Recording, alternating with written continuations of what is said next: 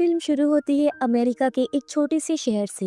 हम एक लड़की जूडी को देखते हैं जो डॉक्टर थी और वहाँ उसके साथ उसकी नर्स भी थी। एक दिन वहाँ पर एक बेसबॉल मैच होता है। नर्स भी मैच देखने जाना चाहती है ताकि वो अपने दोस्त से मिल सके जो भी मैच खेलने वाला एक प्लेयर था। जूडी उसकी बात मान लेती है और उसे जल्दी छुट्टी दे देती है। दूसरी तरफ हम देखते हैं जूडी के हस्बैंड डेविड को जो पूरे शहर का शेरिफ भी होता है। वो भी अपने साथी के साथ इस मैच को देखने आया होता है। पहले तो सब कुछ नॉर्मल रहता है, दोनों बात कर रहे थे और नर्स की दोस्त की तारीफ करते हैं। लेकिन अचानक कुछ ऐसा हुआ जिसकी वजह से गेम रुक जाती है। एक बूढ़ा आदमी ग्राउंड के अंदर घुस आया और पिच की तरफ बढ़ने लगता है। उसके हाथ में गन होती है। आदमी बहुत अजीब लग रहा था। डेविड बूढ़े आदमी के वहाँ पहुँचने से पहले जल्दी से पिच को खाली करवा देता है ताकि वो देख सके कि आदमी आखिर करना क्या चाहता है। डेविड को लगता है कि वो आदमी नशे में है और वो उसे गन नीचे करने के लिए कहता है, लेकिन आदमी उसकी बात सुनने को तैयार नहीं था। आदमी फिर डेविड पर गन तान देता है। डेविड को उससे खतरा महसूस हुआ, इसलिए वो उस आदमी को शूट करके मार देता है। फिर डेविड उस आदमी के डॉक्टर से मिला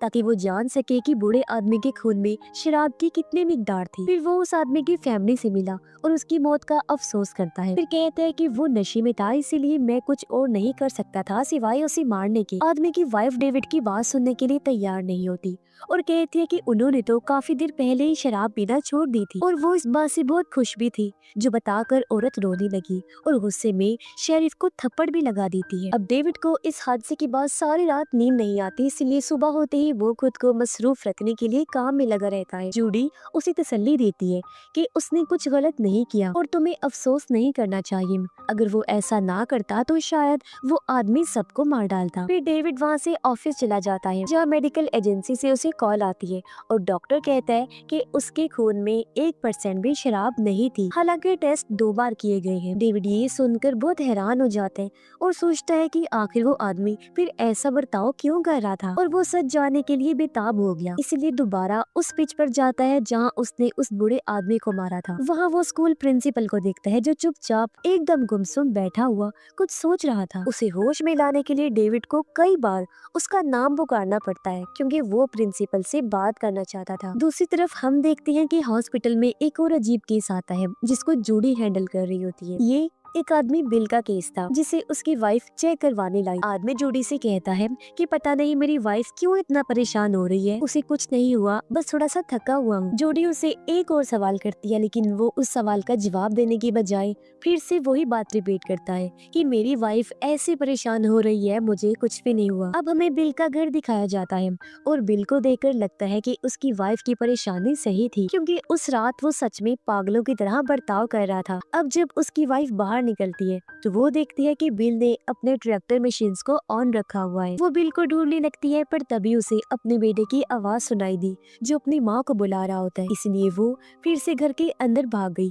ऊपर जाकर अपने बेटे को ढूंढने लगी जो आखिर उसे मिल भी जाता है, लेकिन उसका बेटा उसे चुप रहने का इशारा करता है क्योंकि बिल के पास एक चाकू था। उसकी माँ अपने बेटे को लेकर अलमारी में छुप जाती है, लेकिन उनका डर बढ़ गया जब वो महसूस करते हैं कि बिल उनके पास आ रहा है क्योंकि उन्हें सीढ़ियाँ चढ़ने की आवाज आ रही थी। फिर बदकिस्मती से बिल उन्हें कमरे में छुपा हुआ देख लेता है और कमरे का दरवाजा बाहर से बंद कर देता है। वो पूरे घर पर पेट्रोल डालकर घर को आग लगा देता है जिससे उसकी वाइफ और बेटा जिंदा ही जलकर मारे जाते हैं। इसी टाइम मौके पर जूडी और डेविड भी पहुंच गए। वो घर को जलता हुआ देखकर वहाँ लोगों से सवाल करते हैं जिससे उन्हें पता चला कि बिल घास काट रहा था और घर को आग लगी हुई थी। जूडी और डेविड बिल के पास जाकर उससे इस बारे में सवाल करते हैं, लेकिन वो कोई जवाब नहीं देता, बस सीटी बजाने लगता है जो पागलों जैसी हरकत थी और उसे ऐसा करते हुए देखकर जूडी को काफी गुस्सा आता है। लेकिन ये अजीब चीजें यहाँ पर ही खत्म नहीं होती क्योंकि जब कुछ लोग एक नदी में शिकार कर रहे थे उन्हें एक जगह से लाश मिलती है जो एक पायलट की लाश थी। अब डेविड और डेप्यूटी अपने साथियों के साथ कश्ती में बैठकर इस जगह की छानबीन और लाश की छानबीन करने के लिए निकल पड़ते हैं। कश्ती में बैठे हुए उन्हें एक प्लेन मिलता है जो इनके शहर से कुछ दूरी पर यहाँ नदी में तबाह हो गया था। तभी हम देखते हैं कि ड्रोन के जरिए उन पर नजर रखी जा रही है और वहाँ लिखा हुआ था कि पूरे शहर में एक अजीब तरह का वायरस फैल गया है जिस वजह से लोग इन्फेक्टेड बीमार हो रहे हैं, जिसके बाद उनका बर्ताव हद से ज्यादा खराब हो जाता है। अब डेविड ये जानने की कोशिश करता है कि पूरे शहर को पानी कहाँ से सप्लाई किया जाता है, जो पानी शहर के लोग इस्तेमाल करते हैं। डेविड ये भी जानने की कोशिश करता है कि आखिर नदी में वो प्लेन कैसे तबाह हुआ था। उसे इस प्लेन में कोई गड़बड़ी लगती है, क्योंकि पहले तो उन्होंने कभी कोई ऐसी खबर नहीं सुनी जिसमें किसी नदी में प्लेन तबाह होने के बारे में बताया गया हो। पर ये सुनकर उसका शक और बढ़ जाता है जब उसे पता चला कि पूरे शहर को पानी इसी नदी से सप्लाई किया जाता है। और तो और नदी का पानी पाइपलाइन के जरिए जब शहर में सप्लाई किया जाता है तो शहर के पहले जिस घर को पानी मिलता है वो उस बुरे आदमी का था जिसको डेविड ने मारा था। और बिल का घर भी उसी लाइन में आता है जिसकी भी हरकतें पागलों जैसी हो गई थी। ये सब जानकर डेविड मेयर के पास गया और उससे वाटर सप्लाई को बंद करने का कहता है। साथ ही बताता है कि इसकी पीछे वजह है क्योंकि उस पानी में एक प्लेन क्रैश हुआ है, जिसके बाद नदी के पानी में ऐसा पता नहीं क्या हुआ, ये लोगों के बर्ताव में अजीब बदलाव आ रहे हैं क्योंकि वो अभी उस वायरस से अनजान थे। लेकिन मेयर कहता है कि इस तरह फसलें तबाह हो जाएंगी और शहर तबाह बर्बाद होकर रह जाएगा। वो डेविड की इस बात से इनकार कर देता है कि सॉरी, लेकिन वाटर सप्लाई मैं बंद नहीं कर सकता। अब डेविड सूरत हाल से परेशान था तो इस मसले से निपटने के लिए वो इसका एक और हल निकालता है। वो कानून के खिलाफ जाकर खुद उस वाटर सप्लाई को बंद कर देता है। वो उस नदी के वॉल को भी निकाल देता है ताकि कोई भी दोबारा उस वाटर सप्लाई को इस्तेमाल न कर सके। फिर डेविड पुलिस स्टेशन वापस आ गया। वो और डेप्यूटी देखते हैं कि बिल जमीन पर पड़ा हुआ है, उसका खून बह रहा है और वो जरा भी नहीं हिल रहा। वो सोचते हैं कि शायद बिल मर चुका है, पर जैसे ये उसके सेल के पास आए एकदम से बिल उठकर दोनों पर हमला करने की कोशिश करता है, जिससे हम समझ पाते हैं कि बिल भी उस वायरस से इन्फेक्टेड हो चुका था। जब भी उसका बर्ताव ऐसा था वो कंट्रोल से बाहर हो गया था। ये देख डेविड कॉल करने की कोशिश करता है पर उसकी कॉल नहीं लगी। पता चलता है कि ना तो इंटरनेट चल रहा है और ना ही नेटवर्क आ रहा है। जब वो बाहर गया तो देखता है कि पूरा शहर वीरान हो गया है और कहीं पर भी कोई भी नहीं है। एक इंसान जो गाड़ी में बैठकर उसकी तस्वीरें ले रहा था, डेविड उसे देखकर उसके पीछे भागता है पर तब तक गाड़ी वहाँ से जा चुकी थी। अब डेविड मेडिकल लैब में जाता है डॉक्टर से मिलने ताकि वो बूढ़े आदमी की लाश के बारे में और जानकारी हासिल कर सके। यहाँ उसे एक जख्मी आदमी दिखाई देता है जिसकी हालत बहुत खराब थी। डेविड उसकी मदद करने की कोशिश करता है पर पीछे से डॉक्टर आ गया जो भी इन्फेक्टेड होने की वजह से पागल हो गया था और डेविड पर हमला कर देता है। वो डेविड को कटर से चीरकर जान से मारने की कोशिश करता है तो बड़ी मुश्किल से डेविड ने उसे रोके रखा। वो फिर अपनी जान बचाने के लिए डॉक्टर पर भारी हमला करके उसे मार गिराता है, जिसमें डेप्यूटी भी उसका साथ देता है। डेविड घर जाता है और जूडी को इस बात के लिए राजी करता है कि वो शहर छोड़कर अपने माँ बाप के घर चली जाए। जूडी इस बात से राजी नहीं होती क्योंकि डेविड इस शहर को छोड़ के नहीं जा रहा था। तभी जूडी बाहर किसी को देख लेती है जो अचानक गायब हो गया, इसीलिए डेविड बाहर आया और गोदाम में चेक करने जाता है। पर तभी एक आर्मी ग्रुप आकर दोनों को गिरफ्तार कर लेता है। इन्हें वो लोग एक बस में लेकर आते हैं जहाँ डेप्यूटी भी था और बताता है कि मुझे भी इन सिपाहियों ने ही अगवा किया है। और वो सिपाही उन्हें आर्मी कैंप में ले जाते हैं जो एक स्कूल था, पर आर्मी वालों ने इस पूरी जगह को अपना कैंप बना लिया था। यहाँ सिपाहियों और डॉक्टर्स ने अलग अलग टेंट्स लगाए हुए थे क्योंकि सभी लोगों के जिसमें खून, टेम्परेचर और रेडिएशन को चेक किया जा रहा था। अब जिन लोगों का टेम्परेचर ज्यादा था उन्हें जबरदस्ती उन लोगों से अलग कर दिया जाता है जिनके जिस्म का टेम्परेचर कम था। यहाँ बदकिस्मती से जूडी के जिस्म का टेम्परेचर थोड़ा ज्यादा होता है और सिपाहियों से डेविड से अलग करके ले जाते हैं। डेविड सिपाहियों से लड़ता है लेकिन वो उसे मार कर बेहोश कर देते हैं। फिर सिपाही जूडी को एक मेडिकल रूम में लेकर जाते हैं जहाँ उसे उन लोगों के साथ रखा जाता है जिनको बीमार समझा जा रहा था। जूडी डॉक्टर्स को बताने की कोशिश करती है कि उसका बॉडी टेम्परेचर इसीलिए ज्यादा है क्योंकि उसे कुछ दिनों से बुखार है। डेविड को जब होश आया तो वो खुद को ऐसी जगह पर पाता है जहाँ लोगों को ब्रेसलेट पहनाई जाती है उनकी पहचान याद दिलाने के लिए, क्योंकि डेविड और उसकी तरह के नॉर्मल लोगों को एक दूसरे शहर में भेजा जा रहा है क्योंकि ये लोग बिल्कुल नॉर्मल है, बीमार नहीं है। लेकिन डेविड अपनी वाइफ को छोड़ के जाने वाला नहीं था, जिसके लिए वो प्लान बनाता है ताकि यहाँ से भाग सके। दूसरी तरफ एक गाड़ी जूडी वाले कैंप के फेंसेस बाड़ों को तोड़कर अंदर घुसने लगती है, जिसकी वजह से पूरी तरह से कैंप में हलचल मच जाती है। सिपाही और डॉक्टर इस सूरत हाल पर काबू नहीं कर पाते और यहाँ से भाग जाते हैं। कुछ कैंप खाली हो जाते हैं जिसकी वजह से बीमार लोग, जिनमें जूडी भी शामिल होती है, वो उसी कमरे में रह जाते हैं। अब डेविड जूडी को बचाने के लिए पुलिस स्टेशन आता है और अपनी गन उठा लेता है। इस मिशन में वो अकेला नहीं होता बल्कि जूडी को बचाने के लिए डेप्यूटी भी उसके साथ होता है। जूडी अभी भी बेड पर बंधी होती है और वो अपने साथ वाली बेड पर अपनी साथी नर्स को देखती है। दोनों एक दूसरे का हाल हालचाल पूछती है और वो देखते हैं कि बिल जो स्कूल का प्रिंसिपल है वो उनके रूम की तरफ आ रहा है और उसके हाथ में एक हथियार भी है। बिल को पूरी तरह से इन्फेक्शन हो गया था और वो सभी लोगों को बेरहमी से मारने लगता है। जूडी और नर्स ये देखकर बहुत डर जाती है। अब बिल नर्स की तरफ आया और उसे मारने ही वाला होता है कि जूडी जोर जोर से चिल्लाने लगती है और बिल का ध्यान अपनी तरफ कर लेती है। अब बिल जूडी को मारने ही वाला होता है कि वहाँ ठीक टाइम पर डेविड और डेप्यूटी आ जाते हैं और वो शूट करके बिल को मार देते हैं और इस तरह दोनों लड़कियों की जान बच पाती है। अब वो चारों वहाँ से बाहर आकर अपने लिए कोई महफूज जगह ढूंढने निकल जाते हैं। वो नर्स के दोस्त के घर से बाहर से गुजर रही होती है। नर्स कहती है कि वो अपने दोस्त से मिलना चाहती है ताकि देख सकूं कि वो ठीक है या नहीं। जब वो अपने दोस्त के घर जाते हैं तो उसका दोस्त बिल्कुल ठीक होता है और कहता है कि मेरी मॉम भी बिल्कुल ठीक है। इसी दौरान कुछ सिपाही इस जगह को चारों तरफ से घेर लेते हैं और एक सिपाही नर्स के दोस्त के घर की तलाशी लेना शुरू कर देता है। वो चारों तब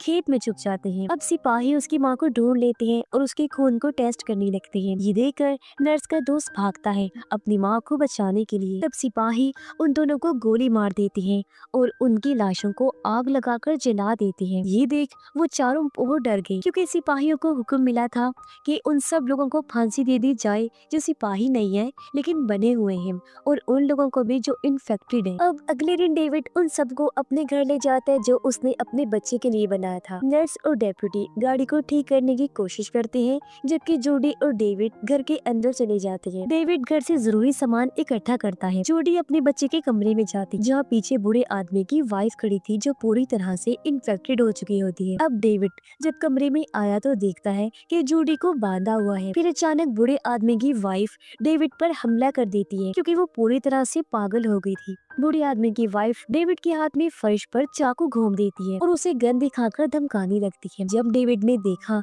कि वो मेरी वाइफ को मार देगी तो वो हिम्मत करके उसका मुकाबला करता है और आखिरकार उसे मार गिराता है। इस सब में डेप्यूटी भी उसकी मदद करता है। अब जूडी को ऐसा लगता है कि डेप्यूटी भी वायरस से इन्फेक्टेड हो गया है क्योंकि उसका बर्ताव बहुत ज्यादा गुस्से वाला बनता जा रहा था। लेकिन डेविड अभी भी इस बात पर यकीन करने से मना कर देता है। अब वो चारों गाड़ी में जा रहे होते हैं कि नर्स को खांसी आती है जिसे डेप्यूटी को लगा कि वो भी वायरस से इन्फेक्टेड हो गई है। अब सब आपस में लड़ने लगे लेकिन डेविड उन्हें लड़ाई को खत्म करने को कहता है क्योंकि एक हेलीकॉप्टर उन पर हमला करने के लिए उनके सर पर मंडला रहा था और उन्हें अब छुपने के लिए जगह ढूंढनी है। अब डेविड अपनी गाड़ी का रास्ता बदलकर एक कार वॉश में चला जाता है जहाँ गाड़ियाँ धोई जाती हैं, लेकिन यहाँ भी उन्हें मजीद मुश्किलों का सामना करना पड़ता है। वो हेलीकॉप्टर के जाने का इंतजार कर रही थी लेकिन कोई कार वॉश को चला देता है और उनकी गाड़ी आगे को चली जाती है जहाँ से निकलना बहुत मुश्किल हो गया था। इतने में वहाँ पर काम करने वाले कुछ लोग सामने आते हैं जो इन्फेक्टेड थी और इन पर हमला कर देते हैं, लेकिन वो लोग किसी तरह उन्हें मारने में कामयाब हो जाते हैं और डेविड कार वॉश से कार को निकाल लेता है। लेकिन उनमें से एक आदमी नर्स पर हमला करता है,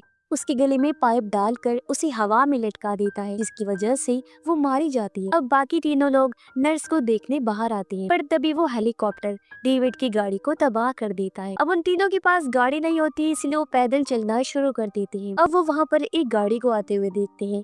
यहाँ भी डेप्यूटी बिना सोचे समझे अपना गुस्से वाला बर्ताव दिखाने लगा और एक नोकदार ट्रैप सड़क पर डालकर गाड़ी का एक्सीडेंट करवा देता है जिससे वो गाड़ी पलट गई। गाड़ी में एक एजेंट था जो बच गया था, उसे भी डेप्यूटी मारने की कोशिश करता है लेकिन डेविड उसे रोक देता है क्योंकि वो आदमी से बात करना चाहता है। डेविड उस आदमी से पूछता है कि ये सब क्या हो रहा है। तब वो आदमी बताता है कि जो प्लेन नदी में तबाह हुआ था उस प्लेन में दरअसल हाई टेक और केमिकल से भरे हथियार थे जिसे एक दूसरे शहर ले जाया जा रहा था, लेकिन वो प्लेन नदी में तबाह हो गया जिससे पूरे शहर का पानी खराब हो गया, जिस वजह से ये इन्फेक्शन फैलते फैलते इतना ज्यादा बढ़ गया। जो लोग भी इसकी लपेट में आकर बीमार होते हैं उनका बर्ताव अजीब होता है, वो दिमागी तौर पर गुस्से वाले पागलों जैसे हो जाते हैं क्योंकि वायरस का असर इंसान के दिमाग पर होता है, इसलिए वो इंसान उल्टे सीधे हरकतें करने लगते हैं। जब भी इस मूवी का नाम है द क्राइसिस। अब अचानक डेप्यूटी उस आदमी को मार देता है। डेविड को लगता है कि डेप्यूटी भी इन्फेक्टेड हो गया है। अब चुपके से डेविड उसकी गन उठा लेता है लेकिन चालाकी से डेप्यूटी ने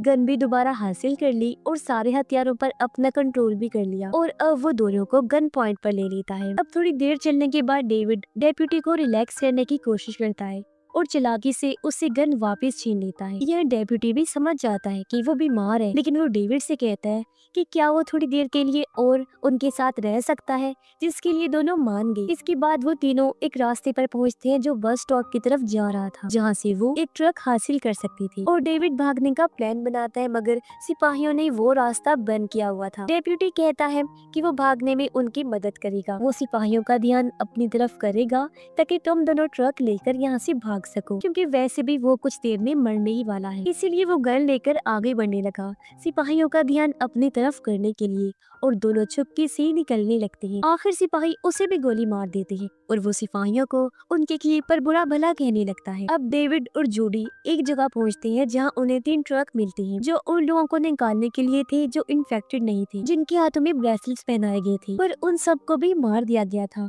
और उनकी लाशें इन ट्रक्स में रखी हुई, जिससे अब जाकर डेविड और जूडी समझ जाते हैं कि सिपाही सभी लोगों को कत्ल करना चाहते हैं जो इन्फेक्टेड है और नहीं है सबको। और अब इन्हें अंदाजा हो गया कि इस शहर से निकलना इतना आसान नहीं होगा। अब डेविड को एक सिपाही का रेडियो फोन मिलता है जिसमें वो सिपाहियों की बातें सुन लेता है जो वो आपस में कर रहे थे।